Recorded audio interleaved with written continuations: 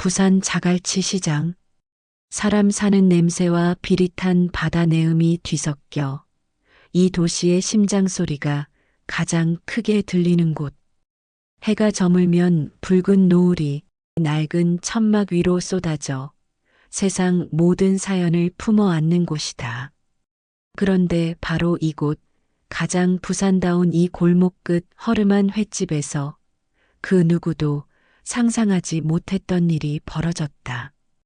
깨진 유리와 핏자국으로 아수라장이 된 가게 입구에 한 여인이 피를 흘리며 앉아 있었다.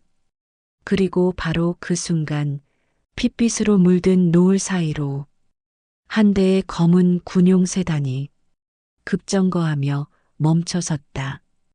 타이어 마찰음과 함께 차에서 내린 이는 대한민국 육군을 상징하는 빛나는 별 둘, 최정예 부대를 이끄는 사단장이었다. 그녀는 왜 모든 것을 뒤로하고 이 험한 시장 골목으로 단숨에 달려왔을까? 수십 년간 오직 국가만을 위해 살아온 그녀가 어깨 위에 계급장마저 내던질 각오로 지키려 했던 것은 과연 무엇이었을까? 피 흘리는 이름 없는 여인과 강철의 여장군. 절대로 만날 수 없을 것 같았던 두 사람의 기묘하고도 운명적인 만남.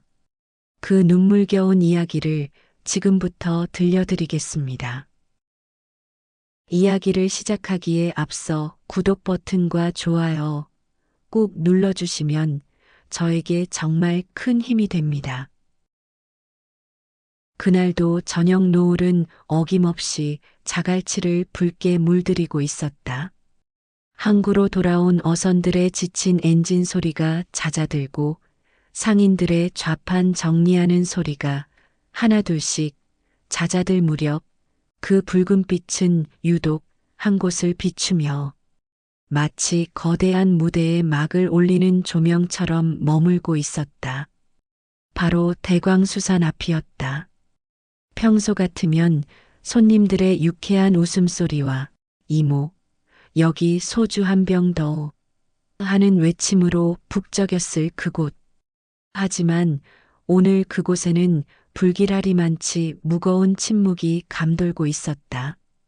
흥겨운 노랫소리도 손님을 부르는 외침도 들리지 않았다. 엎질러진 소주와 끈적한 피가 뒤섞인 바다 내음보다 진하고 역한 비린내가 골목 끝에서부터 스며 나오고 있었다. 마치 죽음의 냄새처럼 말이다. 바로 그때였다. 가게의 낡은 문이 쾅 하는 굉음과 함께 거칠게 열리며 싸늘하고 축축한 공기가 안에서 밖으로 터져나왔다. 그 문틈으로 드러난 가게 내부는 마치 폭풍이 핥히고 지나간 듯한 처참한 전쟁터 그 자체였다. 멀쩡한 집기는 하나도 없었다. 다리가 부러진 채 나뒹구는 플라스틱 의자, 산산조각난 소주병과 접시 파편들은 마치 날카로운 이빨처럼 바닥에 흩어져 위험하게 빛을 반사했고 테이블 위에는 누군가 쏟아버린 초고추장과 간장이 뒤엉켜 끈적한 강을 이루고 있었다.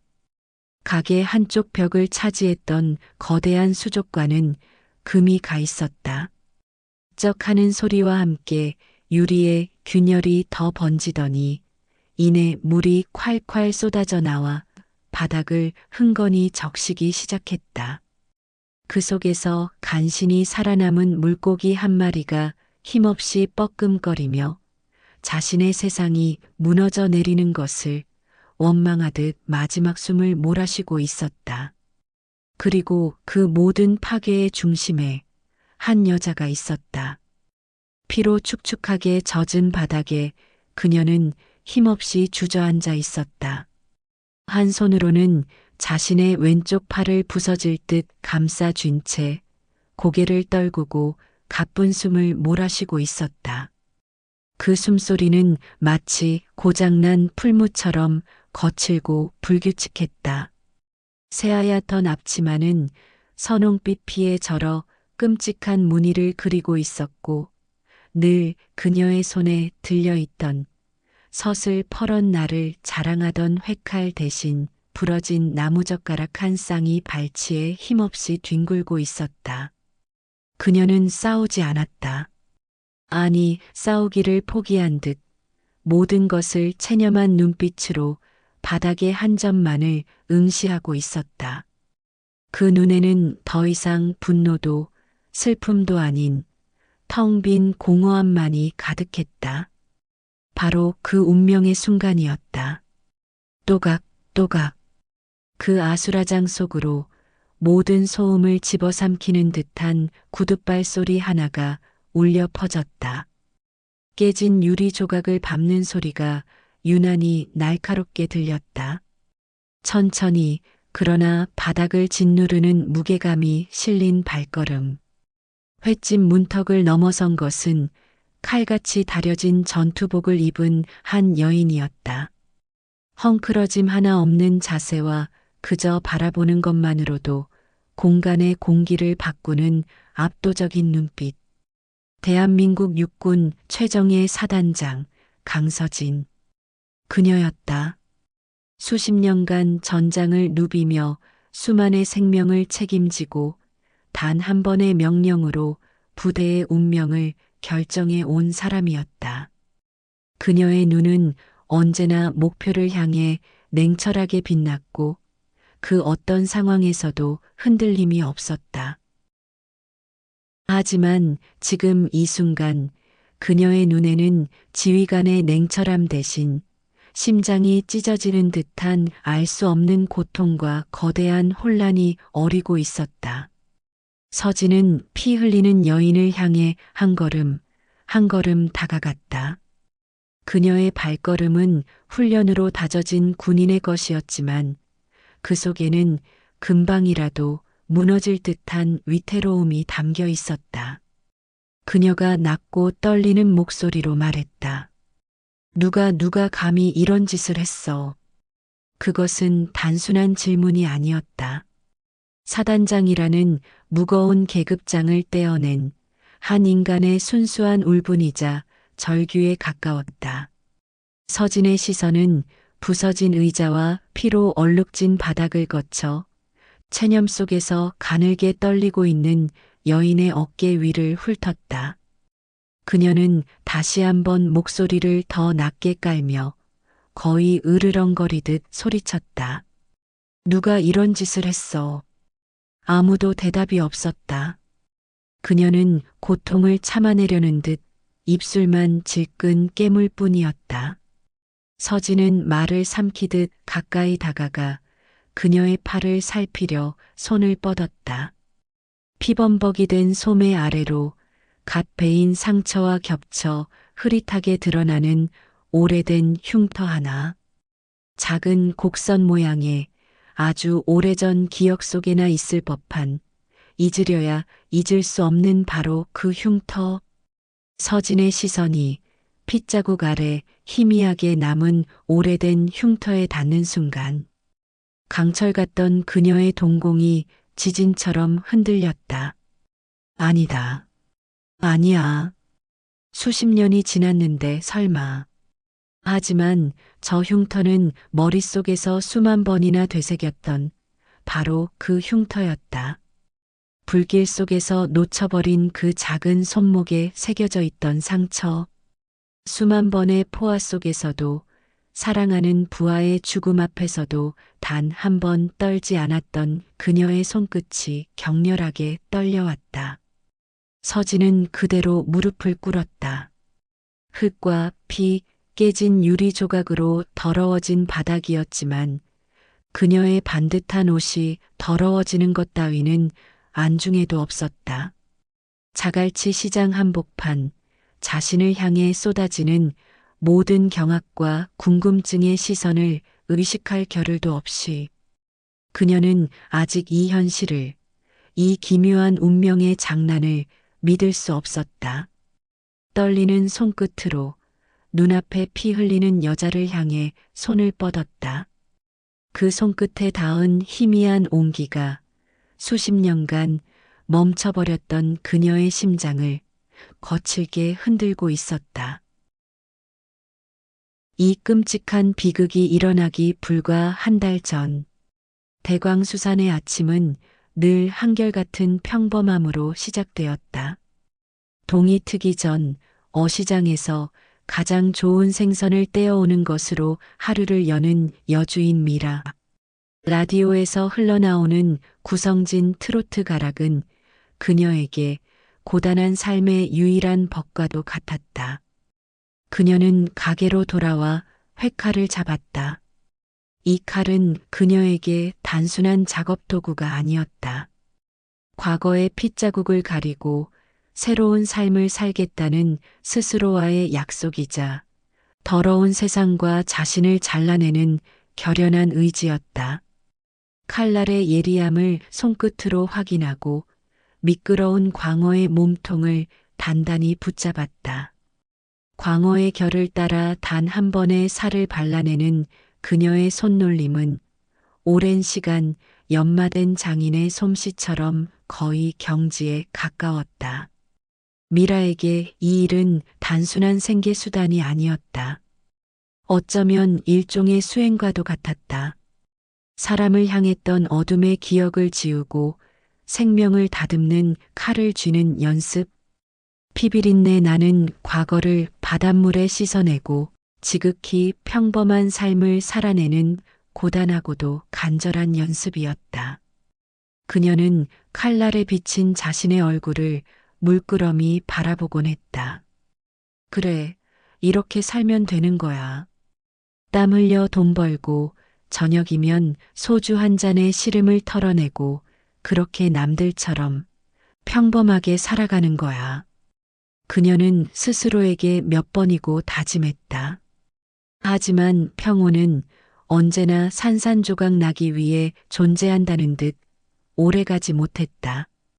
가게 문이 끼익 소리를 내며 열렸다. 단골 손님들의 정겨운 발소리와는 질적으로 다른 소리 없이 미끄러지듯 들어오는 불길한 기척. 마치 눅눅한 어둠이 가게 안으로 스며드는 듯한 느낌이었다. 미라는 칼을 쥔 채 손을 멈췄다. 굳이 뒤를 돌아보지 않아도 등골을 타고 흐르는 서늘한 감각만으로도 알 수 있었다. 이건 손님이 아니라는 것을, 과거의 망령이 기어코 자신을 찾아왔다는 것을. 익숙하면서도 지독하게 낯선 목소리가 그녀의 등 뒤에서 들려왔다. 오랜만이다, 미라야. 미라가 천천히, 아주 천천히 고개를 들었다.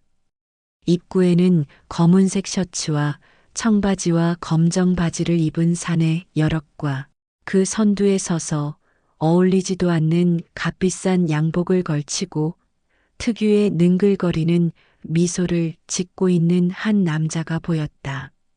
한때 그녀의 파트너이자 그녀를 어둠 속으로 더 깊이 끌어들였던 조직의 중간 보스, 강민수였다. 그의 눈은 웃고 있었지만 그 속에는 뱀과 같은 냉기가 서려 있었다. 그는 천천히 안으로 들어서며 마치 제 집인 양 테이블 하나를 손으로 쓱 훑으며 말했다. 이야, 우리 칼잡이 미라가 이렇게 먼지 나는 곳에서 고생하고 있었네. 이제 좀 그만하지 그래.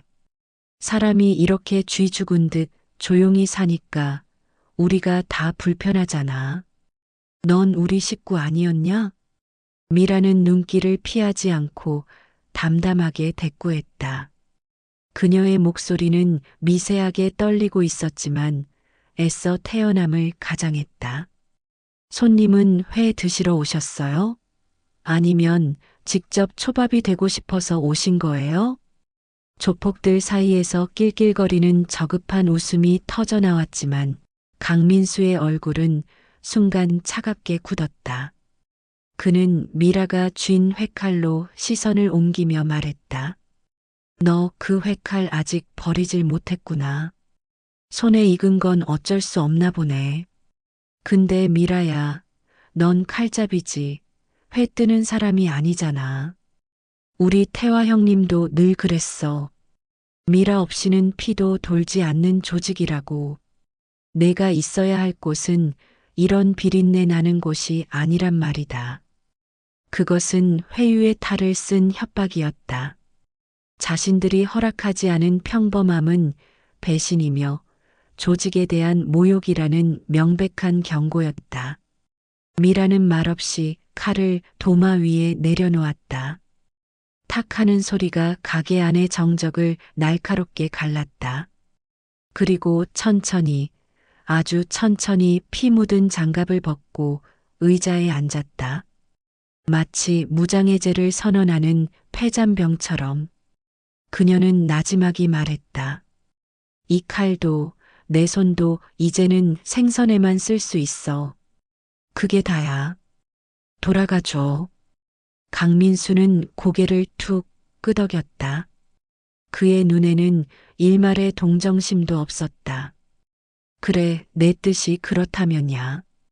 그럼 오늘은 예고편만 보러 왔다고 치지. 다음엔 내가 우리 쪽으로 직접 걸어올 때까지 기다리지 않겠다. 내가 아끼는 이 평범한 삶이 얼마나 쉽게 부서질 수 있는지 똑똑히 보여줄 테니까. 강민수가 턱짓으로 신호를 보내자 가장 뒤에 있던 조폭 하나가 미라의 옆을 지나치며 어깨를 강하게 부딪혔다. 그리고는 귓가에 독사처럼 속삭였다. 그 팔 아직 감각은 있냐? 사람 찌르던 그 팔 말이야. 그때 손맛 아직 기억하고. 그 순간 미라의 눈빛이 파르르 흔들렸다. 그녀가 애써 묻어두려 했던 과거의 악몽이 그 한마디에 되살아나는 듯 했다. 어깨를 부딪힌 곳에서부터 팔을 타고 선홍빛 피가 조용히 흘러내렸다. 예전의 흉터를 가르며 또 하나의 상처가 덧그려지고 있었다. 미라는 저항하지 않았다. 아니, 저항할 수 없었다.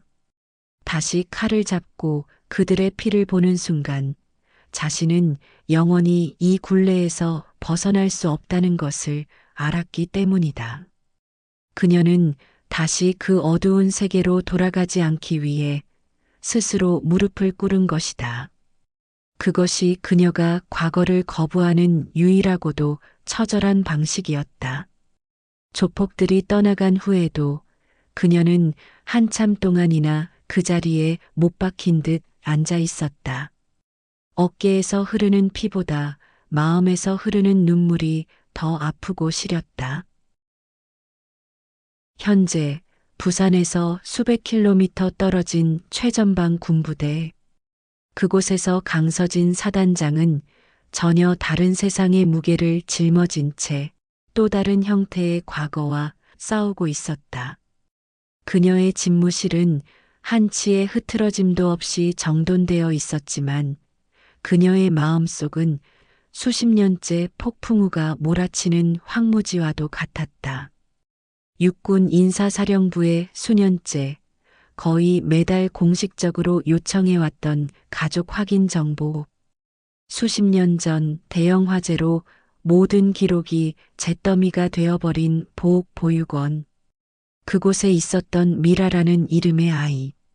그 이름은 그녀가 뜬 눈으로 밤을 지새우게 만드는 유일한 주문이자 그녀의 기억 속에서 단 한순간도 바래지 않은 유일한 단서였다. 동료들은 그녀가 전사자 유가족을 챙기는 마음이 유별나다고 생각했지만 사실 그녀는 잃어버린 자신의 유일한 가족을 찾고 있었던 것이다. 삐리릭. 그날 오후 훈련 계획을 검토하던 서진의 굳은 표정을 깨뜨리며 책상 위에 전화기가 울렸다. 발신지는 부산지방경찰청이었다. 서진은 순간 숨을 멈췄다. 희망과 절망이 교차하는 수십 번의 통화 끝에 이제는 거의 기대를 접고 있었지만 심장은 어쩔 수 없이 세차게 뛰기 시작했다. 강서진 사단장님. 요청하신 정보 관련입니다. 과거 보육원 화재 사건 관련 생존자 명단과 대조해 본 결과 사고 당시 생년월일과 특징이 거의 일치하는 인물을 찾았습니다. 서진은 마른 침을 삼켰다. 수화기를 쥔 손에 힘이 들어갔다.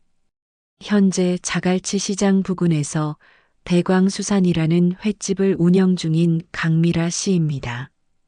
사고 당시 왼쪽 팔에 상흔이 있었다는 주변인 진술 기록과도 일치합니다. 전화를 끄는 서진은 한동안 아무 말도 없이 창밖의 훈련장을 오래도록 바라봤다. 절도 있게 움직이는 병사들의 모습 위로 수십 년 전의 붉은 화염과 자욱한 연기가 어른거렸다. 서진의 삶은 그날 12살의 나이에 모든 것이 멈췄다. 세상의 모든 색이 잿빛으로 변해버렸다. 보육원 2층, 낡은 침대에서 7살짜리 동생과 나누던 작은 약속이 아직도 귓가에 생생했다.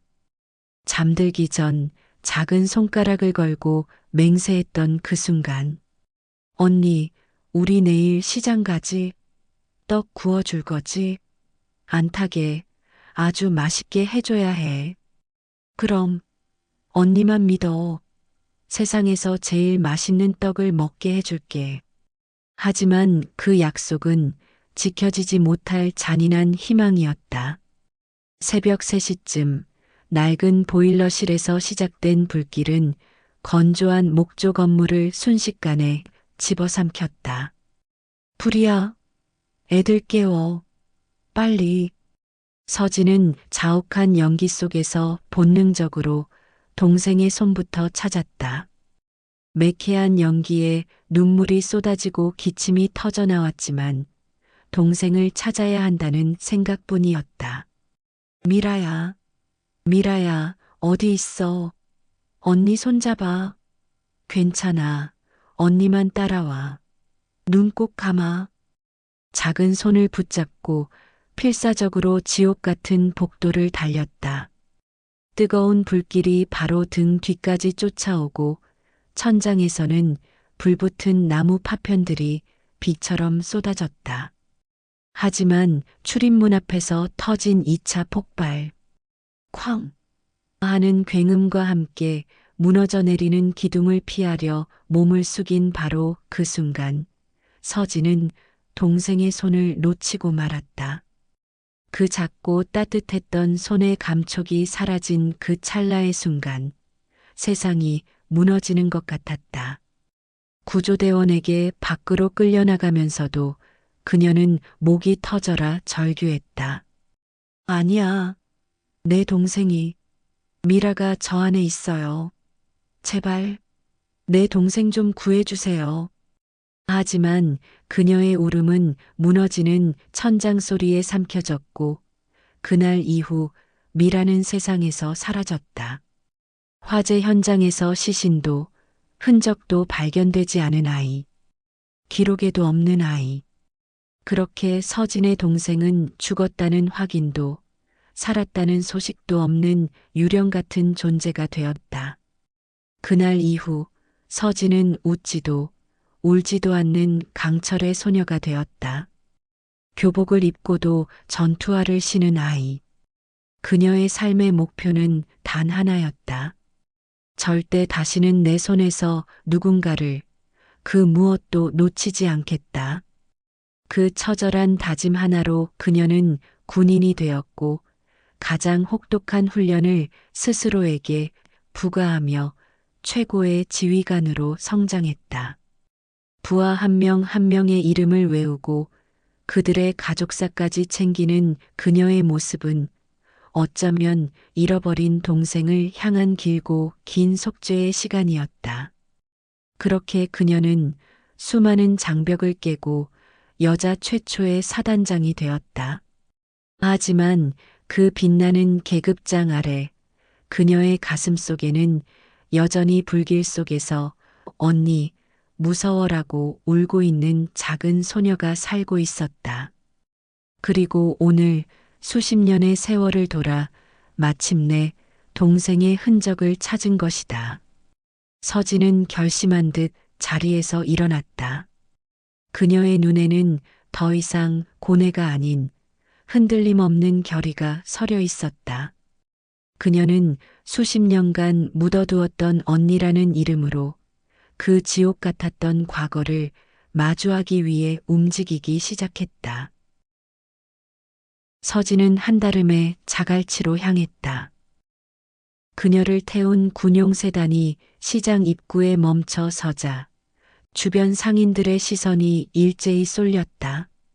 하지만 서진은 그 어떤 것에도 아랑곳하지 않았다. 그녀의 눈에는 오직 대광수산이라는 간판만이 보일 뿐이었다. 그리고 그녀가 마주한 것은 지옥도 그 자체였다. 조폭들에게 둘러싸여 무릎 꿇고 피 흘리는 바로 자신의 동생 미라의 모습. 그 순간 서진의 머릿속에서 이성을 관장하던 모든 회로가 끊어졌다. 수십 년간 억눌러왔던 죄책감과 분노, 그리움이 하나의 거대한 화산처럼 폭발했다. 그녀는 더 이상 대한민국 육군 사단장이 아니었다.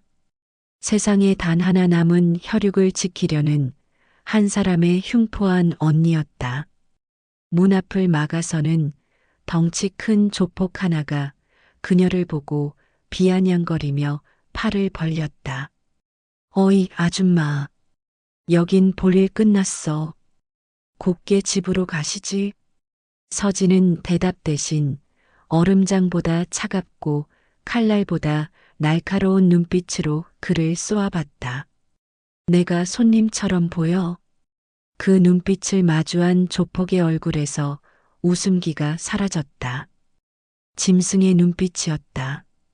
그가 본능적으로 주춤하며 뒤로 물러서는 바로 그 찰나 서진의 오른손이 번개처럼 움직였다.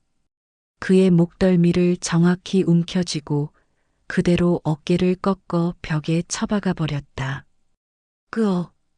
둔탁한 소리와 함께 조폭이 쓰러지자 가게 안의 모든 시선이 문 쪽으로 향했다.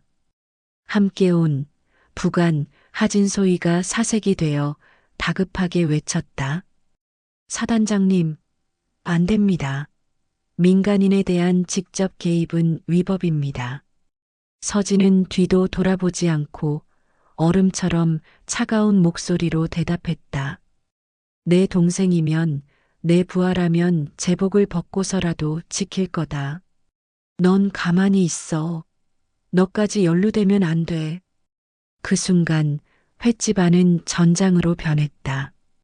서진은 한 발 더 들어서며 쓰러져 신음하는 조폭을 경멸 어린 시선으로 내려다보며 낮게 말했다. 너희 고작 여자 하나를 상대로 이따위 짓을 하고 있었나? 여기가 너희 놀이터인 줄 알아? 중간 보스 강민수가 이 상황이 어이없다는 듯 비웃으며 소리쳤다. 뭐야, 저 미친년은. 당장 잡아 족쳐. 명령이 떨어지자 조폭 셋이 동시에 괴성을 지르며 서진에게 달려들었다. 하지만 이미 늦었다.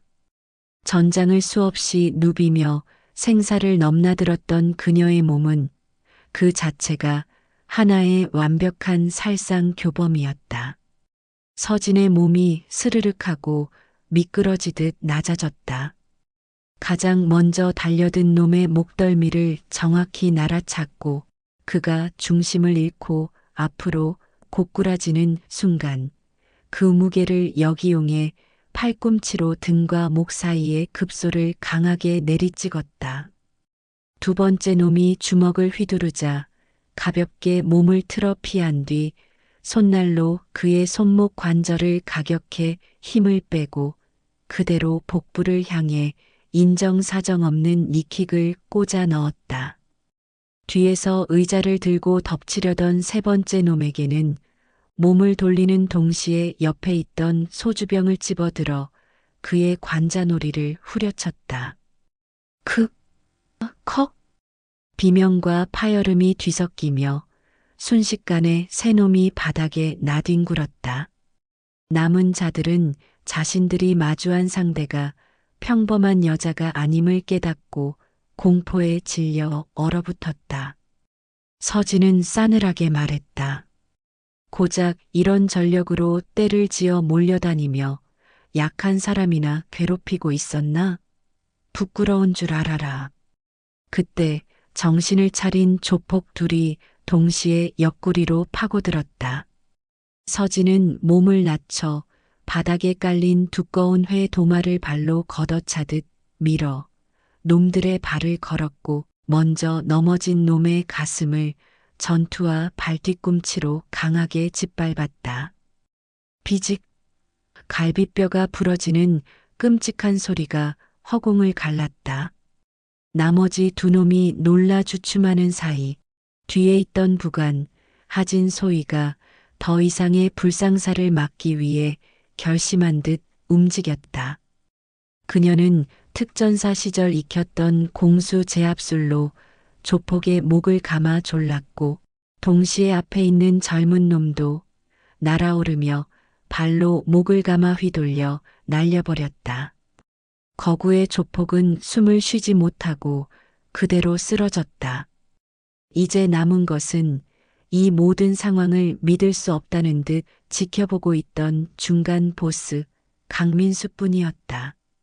그의 얼굴에서는 처음의 여유와 비웃음이 사라지고 당혹감과 분노만이 남아 있었다. 그는 천천히 일어나며 윗옷을 벗어던졌다. 대단하네. 진짜 사단장 만나보군. 그런데 군인이 왜 민간인 싸움에 끼어드나? 이거 월권 아니야? 서진은 비장하게 한마디 한마디 힘을 주어 대답했다. 그럼 마지막은 내 차례군. 강민수가 웃음기를 완전히 거두고 허리춤에서 번쩍이는 회칼을 꺼내 들었다. 두 사람의 거리는 채 세 걸음. 강민수의 왼손잡이 번개처럼 날아들었지만 서진은 고개를 살짝 틀어 피했다. 그러나 곧바로 날아든 오른손 훅이 뺨을 스치고 그 힘이 실린 무릎이 옆구리를 향해 치솟았다. 쾅! 서진의 호흡이 순간 끊겼지만 그녀의 눈빛은 흔들리지 않았다. 오히려 더욱 차갑게 불타올랐다. 바로 그때 구석에서 이 모든 것을 지켜보던 미라의 입에서 찢어지는 듯한 절규가 터져나왔다. 언니. 그 한마디가 서진의 마지막 남은 이성의 끈을 완전히 끊어버렸다. 그녀는 왼발을 높이 들어 강민수의 얼굴을 쪼개버렸다. 퍽! 뼈가 울리는 둔탁한 소리와 함께 강민수의 얼굴이 고통으로 흉측하게 일그러졌다. 서진은 멈추지 않고 팔꿈치를 크게 휘둘러 그의 관자놀이를 가격하고 멱살을 잡아당겨 무릎으로 턱을 그대로 끌어올렸다. 쾅! 턱관절이 꺾이는 소리와 함께 강민수의 고개가 뒤로 젖혀졌다. 서진은 쓰러지려는 그의 몸을 다시 붙잡아 깨진 수족관 모서리로 전력으로 밀어붙였다. 등이 날카로운 유리 파편에 박히며 끔찍한 소리를 냈고 강민수는 비명 대신 붉은 피를 토하며 그대로 무너져 내렸다. 서진은 마지막으로 그의 팔을 꺾어 바닥에 꽂아버렸다. 뚝! 관절이 비틀리는 소리와 함께 철썩하며 생선 내장에 파묻혀 흰자위를 드러내며 뻗어버렸다. 더 이상 놈에게는 살기조차 남아있지 않았다. 횟집 안은 다시 폭풍이 지나간 듯한 고요함에 휩싸였다. 멀리서 점점 가까워지는 경찰 사이렌 소리만이 이 비현실적인 공간의 시간을 다시 흐르게 했다. 서진은 거칠게 몰아쉬던 숨을 천천히 골랐다. 아드레날린이 거치자 온몸의 긴장이 풀리며 수십 년 묵은 피로가 한꺼번에 몰려왔다. 그녀는 쓰러진 조폭들에게는 더 이상 눈길도 주지 않았다. 미라의 표정은 이상할 만큼 조용했다. 울고 있었지만 소리내어 우는 것이 아니었다. 그저 멈추지 않는 눈물만 뺨을 타고 흘러내려 턱 끝에 맺혔다가 피와 흙으로 더러워진 앞치마 위로 뚝뚝 떨어지고 있었다. 그것은 슬픔이라기보다는 너무나 오랜 시간 골마 터져버린 체념에 가까운 눈물이었다. 서진은 동생의 앞에 조심스럽게 무릎을 꿇었다.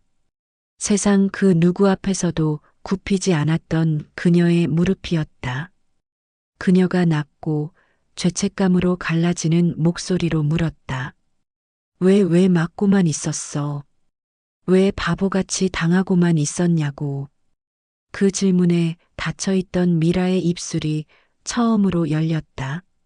그녀는 떨리는 손으로 자신의 왼쪽 팔 소매를 천천히 걷어 올렸다. 새로 생긴 끔찍한 자상과 그 아래 뒤엉켜 있는 오래된 흉터들이 드러났다.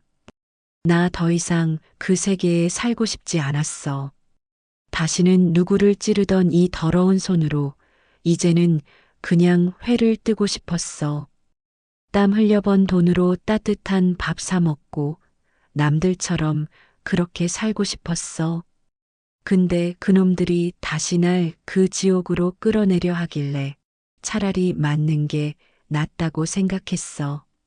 내가 저항해서 그놈들 피를 보는 순간 나는 다시 예전의 칼잡이로 돌아가는 거니까. 그냥 내가 맞고 오늘 하루만 버티면 그러면 다시 평범하게 살 수 있을 줄 알았거든. 정말이야. 미라의 목소리는 담담했지만 그 속에는 지옥 같은 시간들을 견뎌온 한 인간의 처절한 절규가 담겨 있었다. 그녀는 잠시 숨을 고르더니 텅 빈 눈으로 서진을 올려다보며 말을 이어갔다. 나 사실 언니 찾으려고 진짜 많이 돌아다녔어. 처음엔 그 불탔던 보육원 원장님한테 매달렸어. 우리 언니 살아있지 않냐고, 살아남은 아이들 명단에 우리 언니 이름 없냐고. 근데 아무도 대답해주지 않았어. 그래도 포기 못해서 전국의 미아센터란 미아센터는 다 찾아다니고 보육원들마다 언니 이름이랑 내 이름 적어서 부탁도 하고, 근데 매번 기록이 없다는 말만 듣고 돌아서야 했어. 미라의 눈에서 다시 뜨거운 눈물이 흘러내렸다. 어느 순간부터는 그런 생각이 들더라. 언니는 왜 날 안 찾지? 불이 너무 심해서 나를 못 찾았던 건 이해할 수 있어. 근데 세월이 이렇게나 지났는데도 단 한 번도 날 찾아온 적 없으니까 점점 언니가 밉기도 했어. 세상에 나 혼자만 버려진 것 같아서 너무 외로워서 그렇게 마음이 갈라지고 무뎌질 무렵 그놈들이 손을 내밀더라. 나 같은 애 가족처럼 챙겨준다고. 나도 흔들렸어. 매일 혼자 밥 먹고 혼자 잠드는 게 너무 지긋지긋했으니까. 그래서 그냥 그렇게 살아야 하나 보다 하고 그놈들 손을 잡았어. 근데 거기서 오래 못 있겠더라. 칼을 쥐고 남을 위협할 때마다 자꾸 언니 얼굴이 떠올랐어. 어릴 때 우리 미라는 착해서 다음에 커서 훌륭한 사람 될 거야라고 말해줬던 언니 목소리가 귓가에 맴돌았어. 내가 이런 모습으로 살면 나중에 혹시라도 언니랑 다시 만나게 됐을 때 너무 부끄러워서 얼굴도 못 들 것 같았거든. 그래서 정말 죽을 각오로 그 조직에서 도망쳐 나와서 이 횟집을 차린 거야. 그냥 나중에 언니를 만나면 그래도 나 열심히 살았다고, 부끄럽지 않은 동생으로 살았다고 그렇게 말하고 싶어서. 서진은 더 이상 말을 잇지 못했다. 미라의 모든 고백은 날카로운 비수가 되어 그녀의 심장을 후벼 팠다. 그녀가 동생을 찾지 못한 것이 아니었다. 동생이 자신을 원망할까 두려워 스스로 동생을 외면하고 있었던 것이다. 그저 무릎을 꿇고 칼자국으로 얼룩진 동생의 팔을 조심스럽게 붙잡았다. 그녀의 눈에서 뜨거운 눈물이 쉴 새 없이 흘러내려 미라의 손등 위로 떨어졌다. 미라야, 내 동생. 미라야, 미안하다. 언니가 너무 늦어서 정말 미안해. 그날 그 불길 속에서 내 손을 놓친 거 단 하루도, 단 한순간도 잊은 적이 없어. 내가 널 못 지킨 그 죄책감으로 군인이 됐는데 아무리 높은 자리에 올라도 아무리 많은 사람을 지켜도 널 지키지 못한 그 순간은 사라지질 않더라. 두려웠어. 내가 날 원망하고 있을까봐 널 마주할 용기가 없었어. 언니가 너무 못나서, 너무 비겁해서 그랬어. 정말 미안하다, 미라야. 이제는 무슨 일이 있어도, 죽는 한이 있어도 다시는 내 손 놓지 않을게. 언니가 다 지켜줄게. 정말이야. 미라는 고개를 떨구며 참아왔던 울음을 터뜨렸다. 그것은 서러움의 울음이자 그리움의 울음이었고 마침내 모든 것을 용서하는 화해의 울음이었다. 그날 불타던 보육원에서 끝나지 못했던 두 자매의 이야기가 수십 년의 길고 긴 세월을 돌아 비로소 뜨거운 눈물로 이어지고 있었다. 늦은 밤이 지나고 자갈치에는 다시 새벽이 찾아왔다. 어둠 속에서 두 자매는 방파제 끝에 나란히 앉아 말이 없었다. 하지만 그 침묵은 어색하지 않았다. 너무 늦게 도착한 평화라서 더 조심스럽게 아껴야 할 공기 같았다. 서진은 미라의 손을 천천히 잡았다. 놓칠까봐 움켜쥐는 손이 아니라 그저 함께 있는 온기를 나누는 따뜻한 손. 두 사람은 서로의 눈에서 슬픔과 기쁨이 뒤섞인 같은 바다를 보았다. 수평선 위로 해가 어렴풋이 떠오르기 시작했다. 붉지도 노랗지도 않은 딱 그 자매의 얼굴처럼 따뜻하고 담담한 빛이 두 사람을 감쌌다. 그날 이후 자갈치 시장의 대광수산 앞에는 늘 손님들의 웃음소리가 끊이지 않았다. 사람들은 그 두 여인을 자갈치 수호자매라 불렀고 그 전설은 바닷바람을 타고 부산 앞바다로 조용히 퍼져나갔다. 인연의 끈이란 참으로 질기고도 신비롭습니다. 때로는 지옥 같은 불길 속에서 끊어지는 듯 보이고 수십 년의 세월 속에 바래지는 듯 보이지만 어쩌면 그 끈은 보이지 않는 곳에서 서로를 놓지 않고 있었던 건 아닐까요? 가장 절실한 순간, 가장 간절한 마음이 서로를 다시 끌어당기는 것. 그것이 바로 우리가 가족이라 부르는 기적인지도 모르겠습니다. 오늘 두 자매의 이야기가 혹시 여러분의 마음속에도 소중한 인연을 다시 한번 떠올리는 계기가 되었을 수도 있지 않을까요? 시청해주신 모든 분께 진심으로 감사드립니다. 여러분의 구독과 좋아요는 저에게 가장 큰 힘이 됩니다. 더 깊고 울림 있는 이야기로 다시 찾아뵙겠습니다.